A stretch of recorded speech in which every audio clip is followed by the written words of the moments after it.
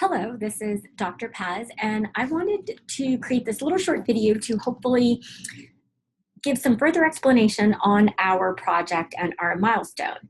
So I had a few questions, and I thought it would be quite helpful to get those answered and to go ahead and let you know what I'm expecting and what the requirements are. So I am actually going to share my screen now, and then hopefully you are seeing our course. So I am here in our course, and you'll see that I'm looking at the 3.2, which is our final project, one client engagement. And I've clicked on this link, which is the Milestone 1 link. And that opens up this page right here, which hopefully you've read, and it gives us all of our milestones. So this first milestone is basically on client engagement. There has been some confusion. An engagement letter is part of the client engagement, but that engagement letter is given to the client once you have accepted the client, which can be part of this submission.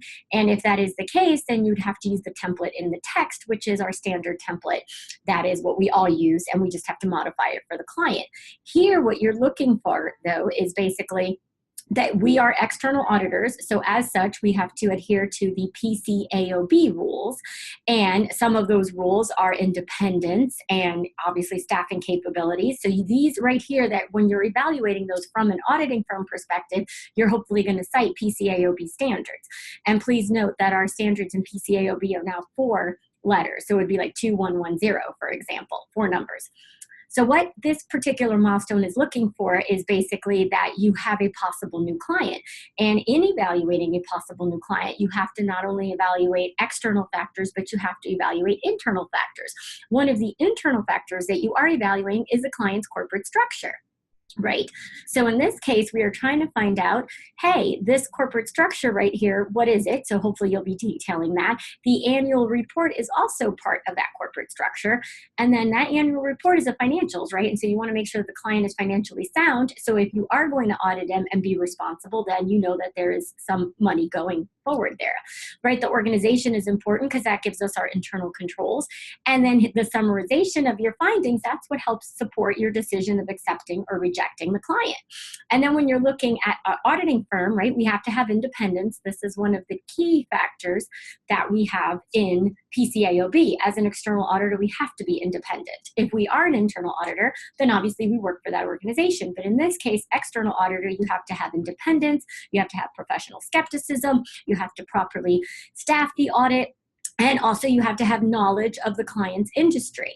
So all of those as well, you're going to actually summarize in this paper. And then you're going to assume that we are accepting the client. So at that point, once you're accepting the client, that's when the client engagement letter comes on in. And that's when you can include that. And here you're going to talk about those internal and external factors probably before the letter. Right? So before the engagement letter, you're going to summarize, okay, internally, these are the internal controls that you can possibly rely on. These external factors are obviously of a lower risk, hence why you've agreed to accept the client. So basically, that's all you're doing here is to say that you accept it. And examples are really important here. Not only the examples, but also make sure you have supporting detail. So basically, you're going to have about 2 or 3 pages. If you include a letter, that would be a little bit more, which is absolutely fine. But then make sure you have a cover letter. Make sure you have your references properly stated. In-text references are needed, as well as full bibliographical references at the end. So hopefully that clears up the first milestone a bit, and hopefully that will kind of clear up all these questions that people have. And if not, just keep emailing me and we'll bumble through it and we'll make sure that you understand. I look forward to your first submissions.